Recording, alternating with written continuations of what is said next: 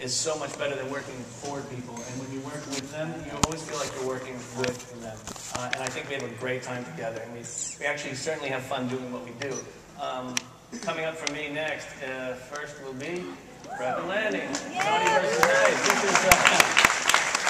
This was our recording session for that. We all dressed up in 1960s outfits. So that's Kevin and Stevie, the directors, and on the right there's Dorothy, the producer, and me in the center there. And then after that comes this little film. So that's what I'm working on right now. So, you know, if I could leave you just kind of with one idea, I guess, for the day, it would be to kind of find the things that you love to do in life, you know. Take a good look at them, you know. Don't be afraid, dream big, and do what you love. That's me in Disney World, 1974, I think. So, yeah, do what you love, guys. Thank you so much for having me.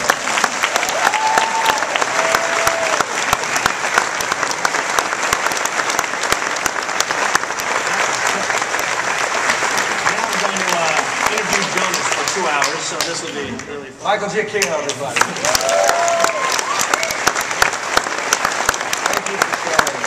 I know we're going to open it up to some questions, but I thought I would say one thing and then ask you a question. First thing is that picture of us with the Academy Award. When that picture was taken, I remember my wife standing next to us saying, "Oh my God, why are you doing that?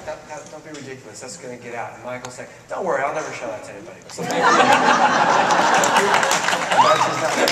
Did I say that? Two, I know, I'll start off with this question before we open the audience. I saw what what you wore to prep the landing, and I know, everything you do, every session is different. Are you going to dress like John Carter for the John Carter? Yes, we're going to all dress like the Barsoom.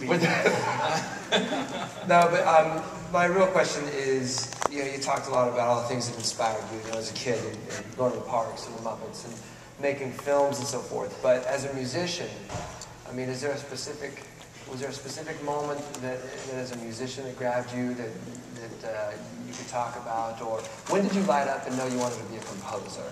What did you hear or do? It wasn't like all of a sudden a light bulb. It was something that happened gradually over time. As I was making films growing up, and I went to film school for college and all of that, I think the thing that I loved the most about the whole process was actually finding what music I should use in a particular project. And I just kept, I really enjoyed that thing. And that kind of just naturally evolved into me then going, oh, I'm going to write my own music for this thing. I'm going to write this. I'm going to write, because I took piano lessons, but it wasn't like I was a kid that was driving to be a film composer. I just like making movies. And I could probably be happy doing many different jobs on film. And this is just where I ended up. So. That's great. Well, do we want to, how do we want to do this? Do we want to open this up for questions? I know that there's a microphone there. So if anybody has a question, I think you can just step up to the microphone over there. And go ahead and ask. Ask anything you want. Giacchino's here to answer. Jonas' social security number, whatever. Nice shirt. Oh, thanks. Yeah.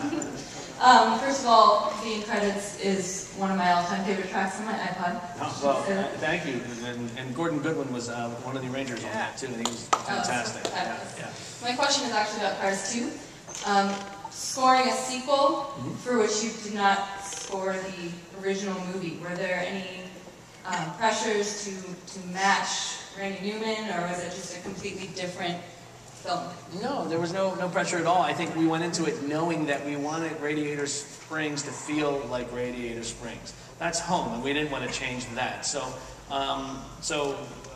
sonically, it feels like Radiator Springs. I didn't want to change that. Randy is one of my favorite composers, and certainly one of the greatest songwriters ever to live. And I think that I was just, honored to be able to kind of play with the tone that he set up for that. But then outside of Radiator Springs, it was like all bets are off, and let's just go where we want to go with it. But yeah, we all respect what he did and what the film that came before brought us. So we didn't want to leave that behind. Cool. Hi. Hi there. I actually have a million questions, so if you want to do lunch. But I've narrowed it down to two. My first question is, you were talking about John Lasseter giving notes to musicians and stuff like that during Cars 2.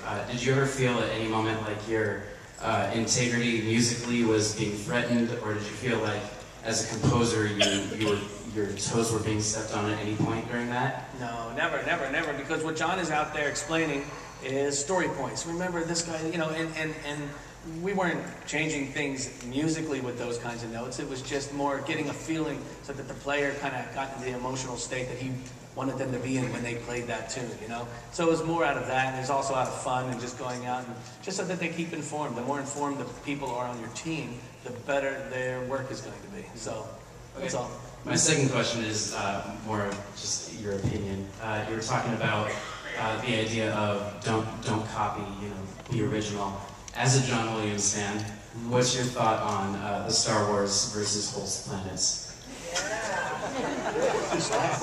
Well, I think he certainly took it and did something different with it. You know? I mean, think about that. Look at the melodies that John came up with are just, they're bulletproof, and we all know every single one of them. We could sing them back. You know, I think what John did was about as best a job you could do on a film like that. He did the exact, when I'm talking about that, he did that exactly right. So, thank you. Yep. Hi, first of all, thank you so much to both of you for coming. Really appreciate it. I have a question for you about your track titles, Mr. Giacchino. Anyone who's bought any of your albums has surely noticed that you've got a lot of puns and wordplay and allusions and stuff in there. I'm curious if that is all straight from you, or if that's someone else is doing. Or I will say occasionally it is from me, but 90% of the time it's from my music editor. And Stephen Davis started this on Alias. Way back when, where he, you know, it's part of his way of just passing time. I'm going to come up with a title that's funny. And it's funny you mentioned this because I ran into some issues on Star Trek with this, because there was a lot of message boards that were very upset with the titles on the Star Trek CD, and they kept thinking, they would say things like, is he not taking this seriously? This is Star Trek. What kind of title is this, you know? And for me, I'm like, you know, I just didn't want to see Kirk climbs up the ladder. I like what Stephen does. So Stephen Davis and Alex Levy and Paul Applegren, they've come up with some really great titles over the years. So I think it's something fun we have. I remember on Up, we were actually all disappointed because there was one that was like, yeah, Kevin chasing the bird. Yeah, it was just like, that's lame. They were really disappointed that we didn't like that one. Yeah, so we had to like come up with a new one. That happens too. Thank you so much. Really looking forward to hearing what you will in the future. Thank you. Hi, I just had a quick question. You mentioned you had a simple setup in your house. Was it just like you with manuscript or the piano into your Pro Tools? Did you have like synth sounds when you would play it? Yeah, I have synth sounds because, you know, when you play things back, you want to let the directors hear and the producers kind of what it's going to sound like roughly, you know, give them an idea of what it's going to be.